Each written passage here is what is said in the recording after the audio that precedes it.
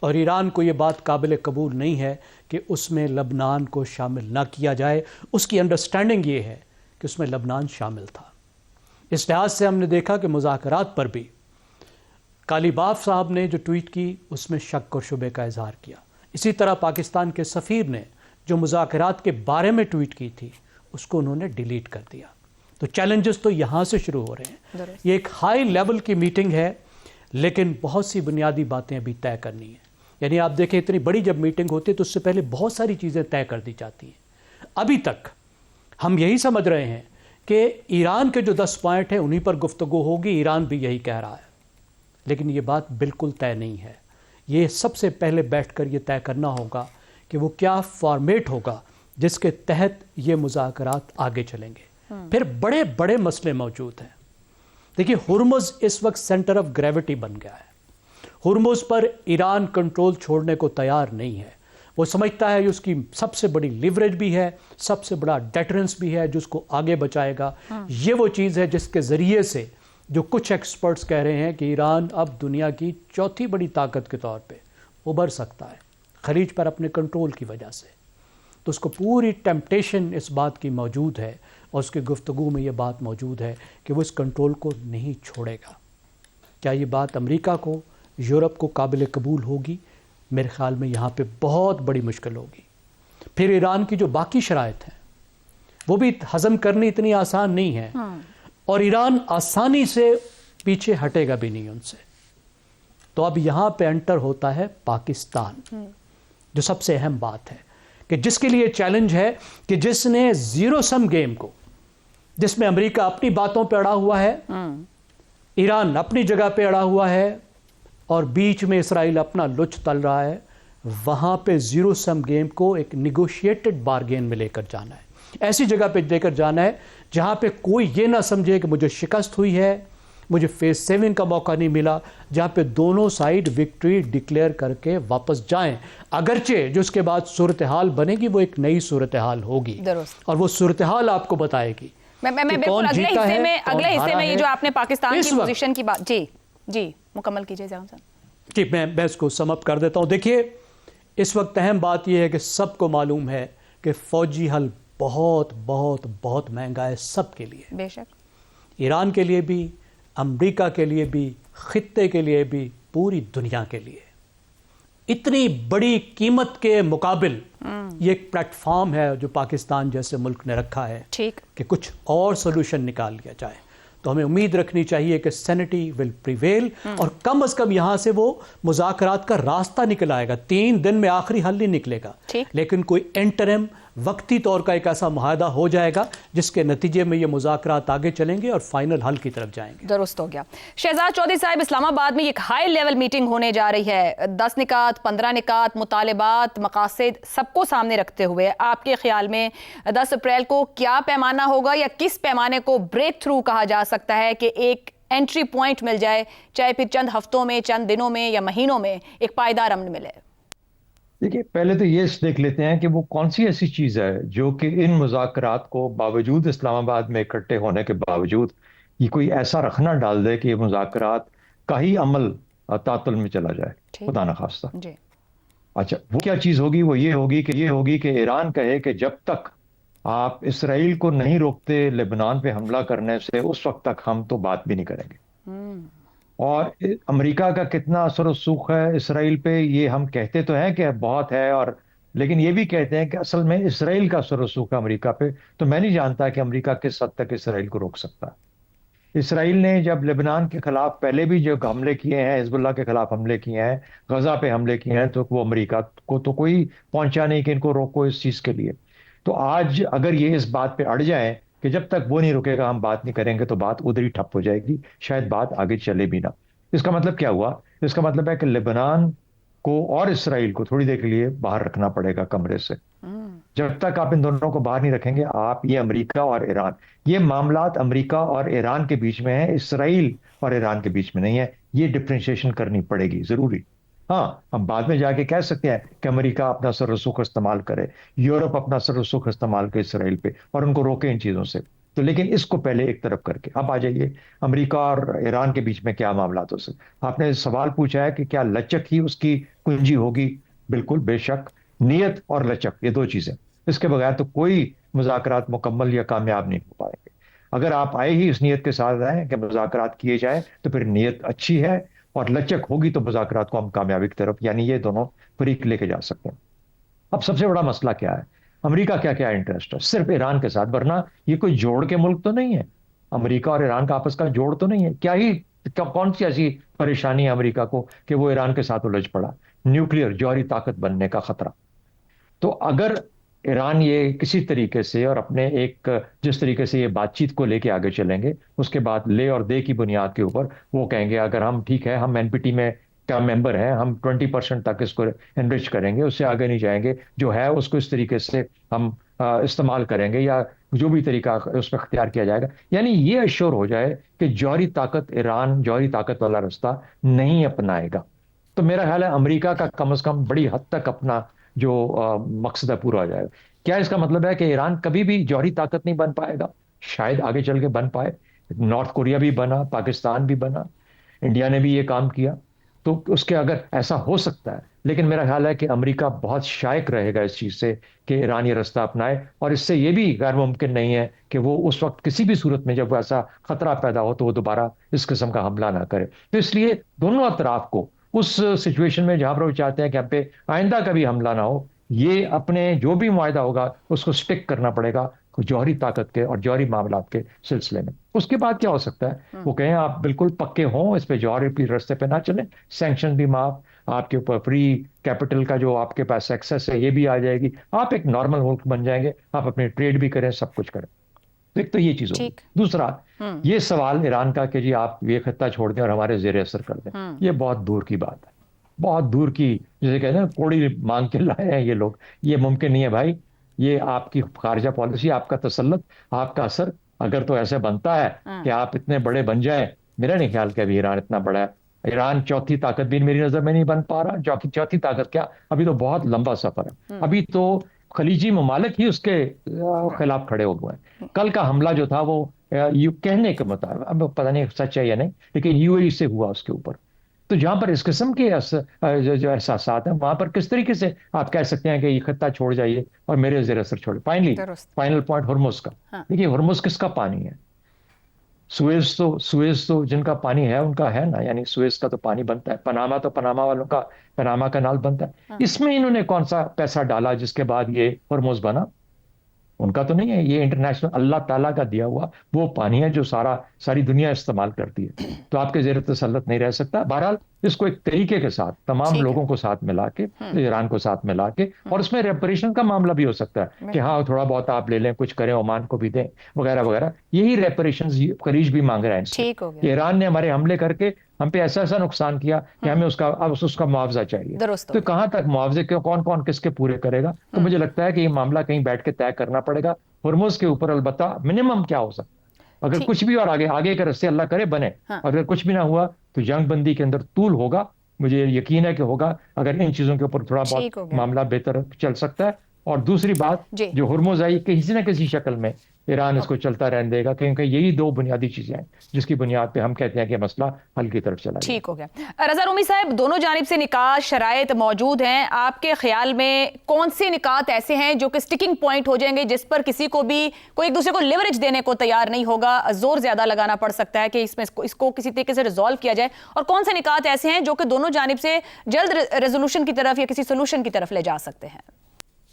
دیکھیے عائشہ, یہی سب سے مشکل جو مرحلہ آئے گا ان مذاکرات میں, اور یقیناً دونوں سائیڈز آپ کو پتہ ہے ان کی اپنے اپنے ویوز ہیں اس اوپر. خصوصاً یہ جو معاملہ ہے اسٹریٹ آف ہارمز کا, آپ دیکھیے اس میں آبنائے ہارمز تو آلریڈی ایک طرح سے انڈائریکٹلی ایران کا اس کے اوپر جو کنٹرول ہے اس کو تسلیم کر لیا گیا ہے, لیکن گوئنگ فارورڈ اس کے اوپر اگر مزید ایران جو ہے وہ شرائط لگائے گا. مثلا ابھی ایران کی پارلیمان نے وہ اس کے اوپر کچھ $2 ملین فی شپ کا ایک جو ہے وہ ٹول بھی لاگو کیا ہے.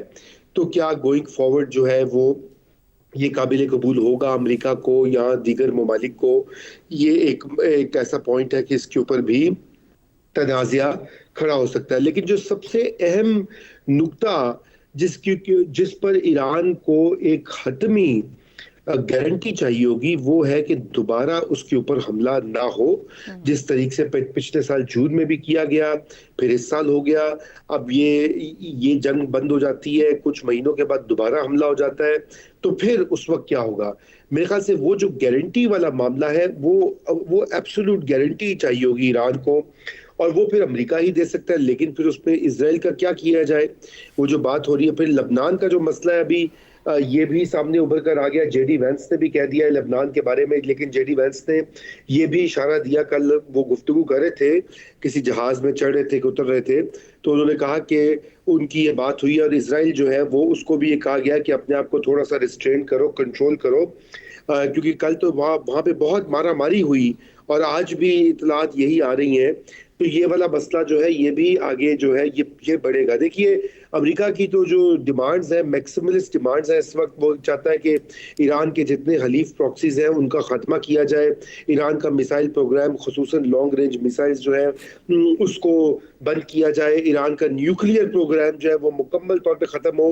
حالانکہ ایران کی یہ جو پچھلے آیت اللہ تھے ان کا تو فتویٰ تھا کہ نیوکلیئر جو ہتھیار ہیں وہ غیر اسلامی ہیں۔ اب نئے جو ان کی جگہ ان کے بیٹے آئے ہیں آیت اللہ، بھی ان کی طرف سے کوئی کلیئر واضح فتویٰ نہیں ہے، لیکن اگر ایران میں یہی سسٹم موجود رہتا ہے مستقبل قریب میں تو پھر یہ دوبارہ سے ریوائیو بھی ہو سکتا ہے۔ تو یہ 3-4 نکات ہیں، اس کے اوپر جو ہے وہ امریکہ کے مطالبات ہوں گے جہاں پہ ایران بالکل اڑے گا۔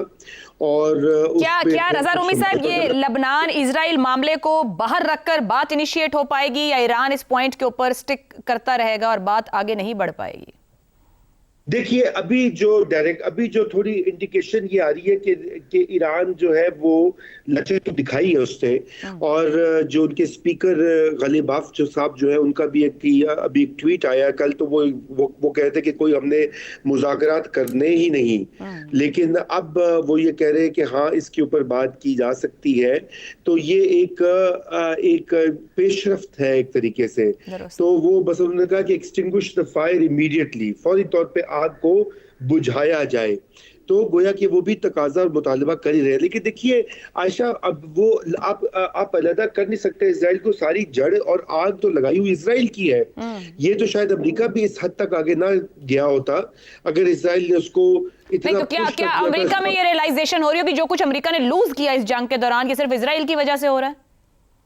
جی بالکل، امریکہ میں یہ ریئلائزیشن آ رہی ہے، آہستہ آہستہ پبلک اوپینین میں بھی آ رہی ہے، اور یقیناً یہ بھی اس کے اوپر بھی اب لوگ جو ہے بہت زیادہ اسپیکولیٹ کر رہے ہیں کہ کیا واقعی ہی اسرائیل کے حوالے سے امریکی پالیسی بدلے گی۔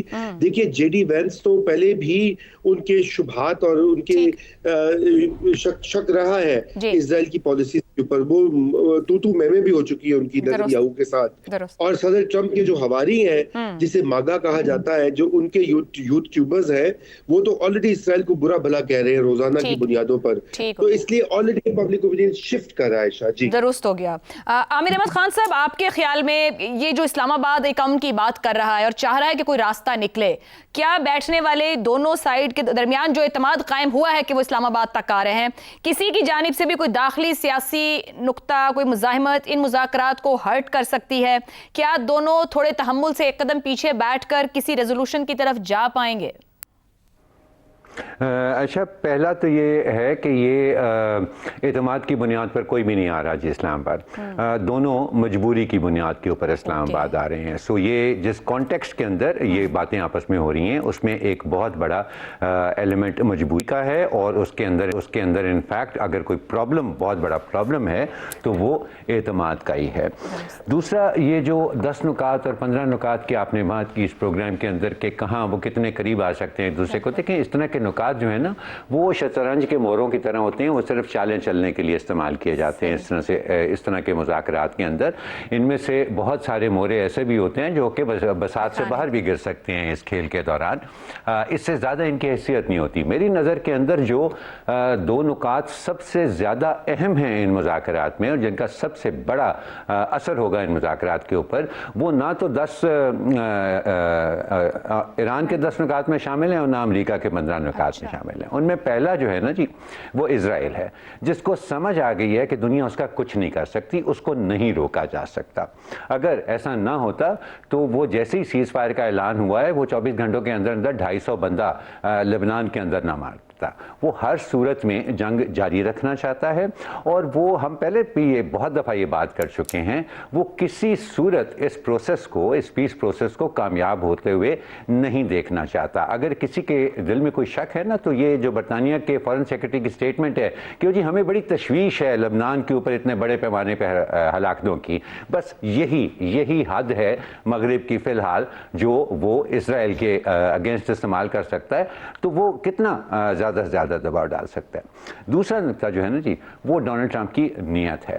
اگر تو وہ صرف اپنی دی ہوئی ڈیڈ لائن سے بچنا چاہتے ہیں اور ان مذاکرات کو اور اس عمل کے پروسیس کو استعمال کر کے وہ یہ چاہتے ہیں کہ چلیں یہ بھول جائیں کہ میں نے اتنی اسٹرانگ اور اتنی خطرناک قسم کی ڈیڈ لائنز دی تھیں, اور ٹھیک ہے پھر تھوڑی بہت جھگڑا بھی ہوتا رہے, ساتھ ساتھ باتیں بھی ہوتی رہیں, یہ معاملہ چلتا رہے, بس میں نے جو اپنے آپ کو ایک پوٹینشلی ٹرکی سچویشن کے اندر ڈال دیا تھا, میں اگر اس سے نکل جاؤں تو پھر تو ظاہر ہے کہ ان مذاکرات کا مستقبل ڈوم ہی نظر آتا ہے. لیکن اگر یہ جو ایک کوالٹیٹیو تبدیلی جو مجھے نظر آ رہی ہے, اس سے پہلے ایران کے ساتھ مذاکرات میں جارڈ کشنا اور اسٹیو وٹکوف تھے, جن کے بارے میں ایرانی حکام کا ایک بہت بڑی ریزرویشن یہ تھی کہ ان کو تو کچھ پتہ ہی نہیں ہے. وہ نیوکلیئر ٹیکنالوجی جیسے انتہائی پیچیدہ مسئلے کے اوپر مذاکرات کرنے آئے ہیں, جبکہ ان کو بنیادی چیزیں ہی نہیں پتہ کہ نیوکلیئر ٹیکنالوجی ایسے معاملات کے اوپر مذاکرات کرنے میں کون سے نکات اہم ہوتے ہیں اور کون سے نہیں ہیں. لیکن اس دفعہ جے ڈی وینس کی شمولیت امریکہ کی طرف سے کم از کم یہ تو اشارہ ہمیں دے رہی ہے کہ شاید وہ فرار کے علاوہ بھی اب ڈونلڈ ٹرمپ کی امریکن پریزیڈنٹ کی یہ نیت ہو کہ اگر اس کا کوئی حل نکل سکتا ہے, اور پارشل حل ہی نکلے گا نا, ابھی مکمل حل تو فوری طور پہ نہیں نکلے گا, تو کوئی بھی پارشل حل نکل سکتا ہے جس سے جنگ بندی کی شدت میں تھوڑی سی کمی آ جائے. یہ جو ترسیلات کا معاملہ ہے خلیج میں, ابنائے ہرمز میں, یہ کسی نہ کسی حد تک سالو ہو جائے, کبھی رکے کبھی چلے, لیکن یہ نہ ہو کہ بالکل ہی بندش ہو جائے, تو ٹھیک ہے, وہ بھی کافی قابل قبول ہوگا. تو آئی پرسنلی فیل کہ جو ایک بڑا خطرہ جس کے اوپر امریکہ سمیت اس دنیا میں کسی کا کنٹرول نہیں ہے وہ اسرائیل ہے, اور اس سے اس کی چالوں سے بچنا جو ہے وہ اب سب کے لیے, پوری دنیا کے لیے. اور یہ سب جان گئے ہیں کہ سپوائلر ہے کون, مگر ایسی صورت کا چیلنج کئی گنا بڑھ جاتا ہے. بریک لینی ہے, بریک سے واپس آئیں گے تو ہم بات کریں گے کہ پاکستان یہاں تک تو لے آیا معاملے کو, یہاں سے آگے ایمبیسیڈوریلی کیا ایکسپرٹیز اور اسٹریٹجیز یا کیا مینڈیٹ پاکستان کے پاس ہوگا کہ اس کو پائیدار امن کی طرف لے جا سکے, کس طریقے سے معاملے کو حل کے پاس لے جا سکتے ہیں. اس بریک کے بعد پروگرام میں ایک بار پھر خوش آمدید. امریکہ اور ایران کے درمیان حالیہ جنگ بندی کو پاکستان کی سفارتکاری کی بڑی کامیابی کے طور پر دیکھا جا رہا ہے. یہ محض اتفاق نہیں بلکہ مسلسل اور محتاط سفارتی کوششوں کا نتیجہ ہے, جس میں پاکستان نے پس پردہ بڑے صبر اور مہارت کے ساتھ دونوں فریقین کو مذاکرات کی میز پر لانے میں اہم کردار ادا کیا. پاکستان عالمی سطح پر نہ صرف ایک ذمہ دار ملک کے طور پر پہچانا جا رہا ہے بلکہ بحران کے حل میں ایک مؤثر ثالث کے طور پر بھی اس کی اہمیت بڑھ گئی ہے.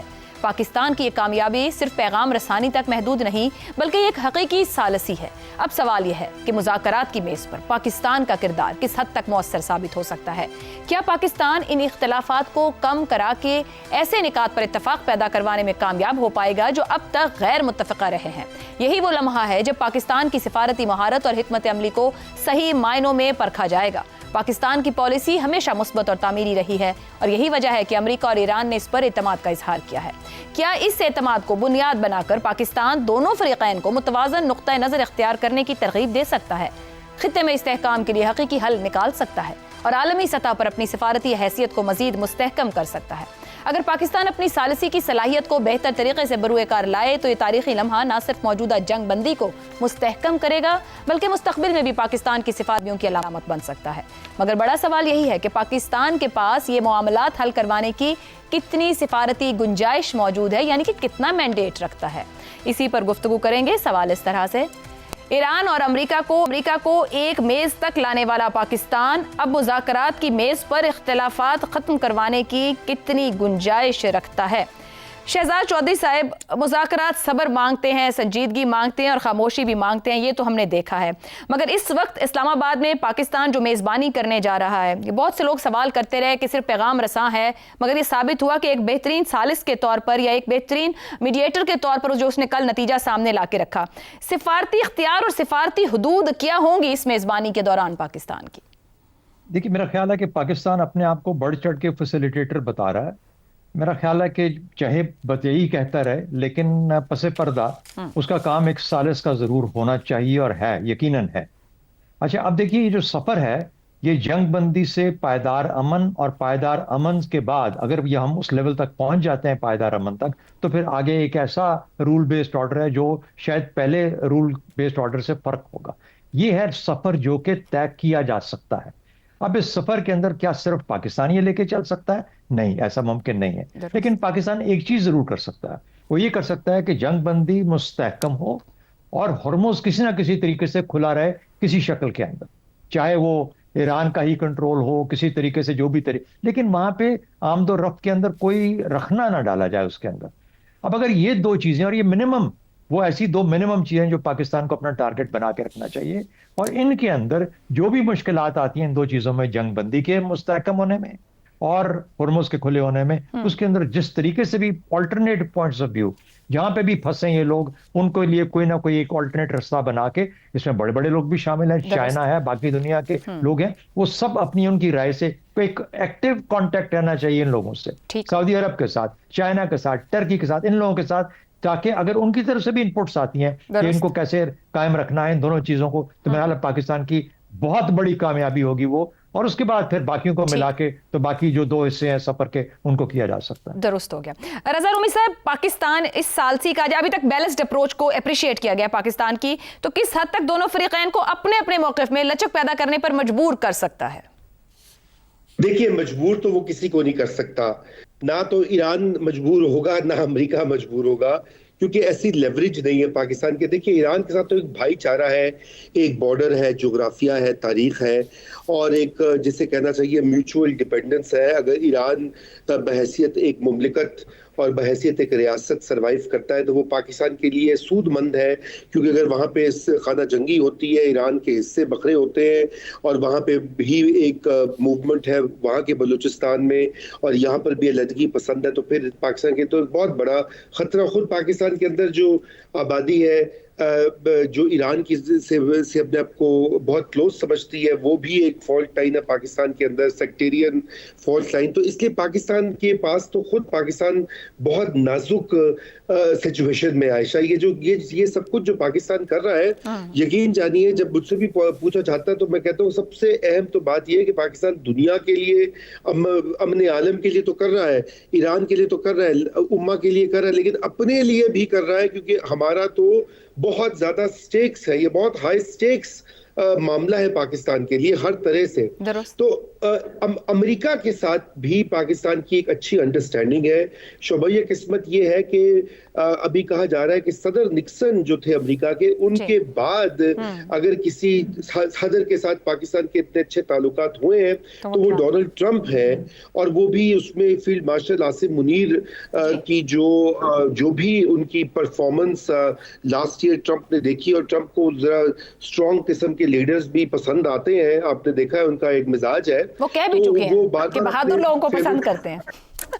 ہاں جی بالکل، تو وہ اپنے فیوریٹ فیلڈ مارشل کا تذکرہ کرتے ہیں، آج تو ہیڈ لائنز بھی لگی ہوئی ہیں مغربی میڈیا میں. تو اس لیے وہ پاکستان اپنی انڈرسٹینڈنگ ضرور یوز کرے گا. ہاں، جہاں پہ پاکستان مجبور کروا سکتا ہے وہ چین ہے، کیونکہ ایک ایسا ملک اور ایک ایسی پاور ہے اس وقت جو کہ امریکہ کے بعد ایک وہی چین ہے جو ایران کو بھی تھوڑا پش کر سکتا ہے اور امریکہ کو بھی